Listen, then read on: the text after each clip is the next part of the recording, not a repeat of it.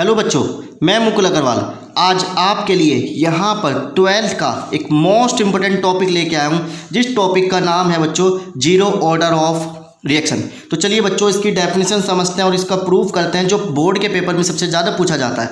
तो चलिए बच्चों, सबसे पहले डेफिनेशन क्या लिखी हुई है, if the rate of reaction does not depend on the concentration of the reactant. तो डेफिनेशन में क्या कहता है कि द रेट ऑफ रिएक्शन, जो रेट ऑफ रिएक्शन है, रिएक्शन करने की जो रेट है वो रिएक्टेंट के कंसंट्रेशन पर डिपेंड नहीं करती। क्या कहा है, जो रिएक्शन का रेट है वो कंसंट्रेशन ऑफ रिएक्टेंट पर डिपेंड नहीं करती। मान लो कि आपके पास कोई एक रिएक्टेंट है, आपके पास क्या है, एक रिएक्टेंट है, और रिएक्टेंट जब किसी के साथ रिएक्शन करेगा तो वो क्या देगा, आपको एक प्रोडक्ट देगा। ठीक, तो जीरो ऑर्डर क्या कहती है कि ये रिएक्शन जो होगी वो तो होगी, पर मैं रिएक्टेंट के कंसंट्रेशन पर डिपेंड नहीं करूंगी। रिएक्शन क्या कह रही है, रिएक्शन तो कंप्लीट होगी, मतलब ये जो जीरो ऑर्डर ऑफ रिएक्शन है ये कह रहा है कि रिएक्शन तो होगी, पर रिएक्टेंट के कंसंट्रेशन पर मैं डिपेंड नहीं करूंगी। तो जिसके कारण उसका रेट ऑफ रिएक्शन या जीरो ऑर्डर ऑफ रिएक्शन कितना हो जाता है, हम लोगों के पास जीरो हो जाता है। तो मान लो हमने कहा कि हमारे पास एक रिएक्टेंट ए था और उसने आपको क्या दे दिया बच्चों, एक प्रोडक्ट दे दिया। रिएक्टेंट ए था, उसने हमें क्या दे दिया, एक प्रोडक्ट दे दिया। कब, अब हम लोग क्या मान रहे हैं कि if the time is zero, जब टाइम कितना है बच्चों हमारे पास जीरो है, तो ए की कंसंट्रेशन कितनी थी, हमने मान ली कि ए थी, ए की कंसंट्रेशन कितनी थी, ए। तो कोई भी प्रोडक्ट हम लोगों को नहीं बना, यानी जब तक हमने सिर्फ समान रिएक्टेंट रखा हुआ था और उसमें कोई रिएक्शन नहीं कराई थी तो कोई भी प्रोडक्ट नहीं बना। जैसे जैसे टाइम बीतता जा रहा है तो ए की कंसंट्रेशन क्या होती जा रही है, कम होती जा रही है। हमने कहा कितनी कम हो गई, ए माइनस एक्स, तो प्रोडक्ट की कंसंट्रेशन कितनी बढ़ गई बच्चों, एक्स बढ़ गई। ठीक, ये चीज़ अब हम लोग क्या कहेंगे कि according to law of mass action, according to law of mass action, mass of action क्या कहता है आपको, the rate of reaction is directly proportional to the product of concentration. ठीक है, कंसंट्रेशन ऑफ ईच रिएक्टेंट। ठीक है, ये देखो बच्चों, ये प्रोडक्ट, ये वाला प्रोडक्ट नहीं है, ये प्रोडक्ट है मल्टीप्लाई वाला। क्या कह रहा है कि जो रेट ऑफ रिएक्शन होगा वो डायरेक्टली प्रोपोर्शनल होगा रिएक्टेंट के कंसंट्रेशन की मल्टीप्लाई। तो रिएक्टेंट कौन सा हमारे पास, सिर्फ एक ही है, तो उसकी मल्टीप्लाई किसी से नहीं हो सकती। रिएक्टेंट हमारे पास सिर्फ एक ही है तो उसकी मल्टीप्लाई हम लोग किसी से नहीं कर सकते, तो सिर्फ एक ही आ जाएगा जिसकी कंसंट्रेशन इस तरीके से आप लोग लिख देंगे। जहाँ पर प्रोपोर्शनल का साइन हम लोग हटाएंगे, के आ जाएगा, और ए ऐसा का ऐसा। अब हम लोग पढ़ रहे हैं जीरो ऑर्डर ऑफ रिएक्शन, तो जीरो ऑर्डर ऑफ रिएक्शन क्या कहता है कि रिएक्टेंट की कंसंट्रेशन पर वो डिपेंड नहीं करेगा, तो इसकी पावर कितनी हो जाएगी बच्चों, जीरो हो जाएगी। तो जिसके कारण आर बराबर कितना रह गया आपके पास, के रह गया, जहाँ पर के क्या है, कांस्टेंट है, हमने मान लिया। ये आपकी क्या है, फर्स्ट इक्वेशन। अब हम लिखेंगे अकॉर्डिंग टू काइनेमेटिक्स लॉ। तो काइनेमेटिक्स लॉ क्या कहता है कि जो रिएक्टेंट है वो इक्वल है किसके, change of concentration of product upon time. ये क्या लिखा हुआ है बच्चों आपके पास, dx का मतलब क्या है, change of concentration of product या रिएक्टेंट, या तो रिएक्टेंट का कंसंट्रेशन हो उसमें चेंज हो रहा हो, या प्रोडक्ट का कंसंट्रेशन हो उसमें चेंज हो रहा हो, और अपॉन में क्या होगा, टाइम होगा।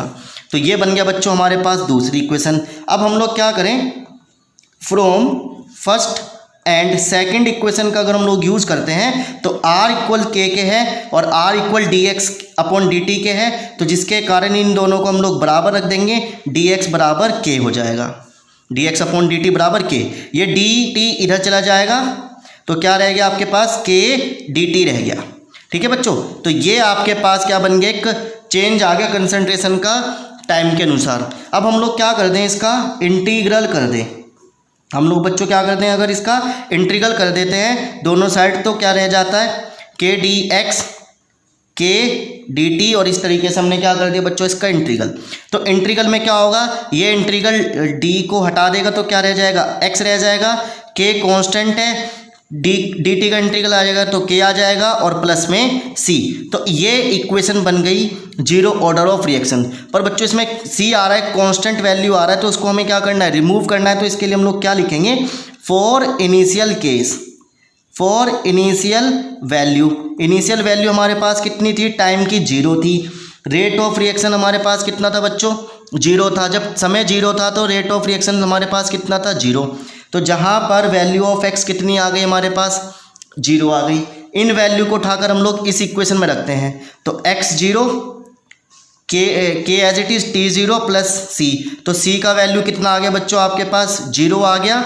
इस सी की वैल्यू उठा के हम लोग अपनी थर्ड इक्वेशन में रख देंगे, पुट थर्ड इक्वेशन सी बराबर 0। तो क्या रह गया, एक्स बराबर के टी रह गया, सी की वैल्यू 0 हो गई। तो बच्चों यहाँ से आप लोगों के पास टाइम कितना आ गया, के अपॉन एक्स अपॉन के आ गया, या आप इसको के की टर्म्स में अगर लिखना चाहें तो क्या रह जाएगा, एक्स अपॉन टी बराबर के। तो ये आप लोगों के पास क्या आ गया, जीरो ऑर्डर ऑफ रिएक्शन का, जीरो ऑर्डर ऑफ रिएक्शन का एक फॉर्मूला ड्राइव हो गया, क्या, के बराबर एक्स अपॉन टी। तो बच्चों ये पूरा जीरो ऑर्डर ऑफ रिएक्शन है आप लोगों के पास, जिसको आपको करना है। अब बच्चों हम लोग इसका क्या देखते हैं, हाफ टाइम इंटरवल देखते हैं कि इसका हाफ लाइफ कितना रहा होगा। तो हाफ लाइफ का मतलब क्या है, उस चीज़ को मैं अभी बता रहा हूँ। आपको क्या समझ में आया है पहले ये देख लीजिए आप, अगर नहीं समझ में आया एक बार आप इस वीडियो को दोबारा से चला लीजिए। चलिए अब बच्चों हम लोग देखते हैं इसका हाफ लाइफ टाइम। बच्चों हाफ लाइफ टाइम क्या होता है, मान लो कि कोई रिएक्शन है वो जीरो समय में शुरू हुई और 10 सेकंड में ख़त्म हो गई। तो इसके बीच का टाइम यानी t बराबर 5, तो t बराबर 5 में कितनी रिएक्शन पूरी हुई, t बराबर 5 में कितनी रिएक्शन पूरी हुई, उसको आप लोग क्या कहते हैं, हाफ लाइफ टाइम कहते हैं, जिसको हम t1/2 से रिप्रेजेंट करेंगे, जिसको हम लोग किससे रिप्रेजेंट करेंगे, t1/2 से यहाँ पर रिप्रेजेंट करेंगे। ठीक है बच्चों।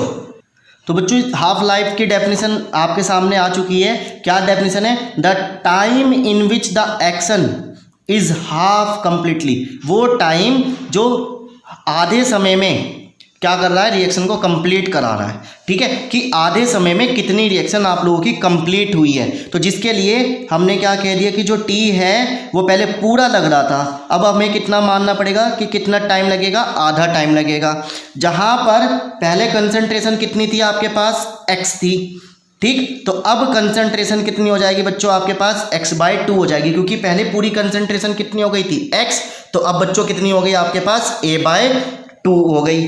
तो जहाँ पर half life time zero order of reaction, half life time zero order of reaction किसके बराबर आ जाएगा, k बराबर x अपॉन टी फॉर्मूला आया था आपके पास, k बराबर x अपॉन टी फॉर्मूला आया था, जहाँ पर x की वैल्यू कितनी आई, a/2 आई है, और t का वैल्यू कितना आ गया, 1/2। जहाँ पर ये t 1/2 इधर चला जाएगा और क्या आ गया, a/2 के अपॉन में चला जाएगा। तो बच्चों ये क्या बन गया आपके पास, एक जीरो ऑर्डर ऑफ रिएक्शन का हाफ लाइफ टाइम बन गया। ठीक है, तो चलिए बच्चों अब हम लोग मिलते हैं नेक्स्ट वीडियो में फर्स्ट ऑर्डर ऑफ रिएक्शन के साथ।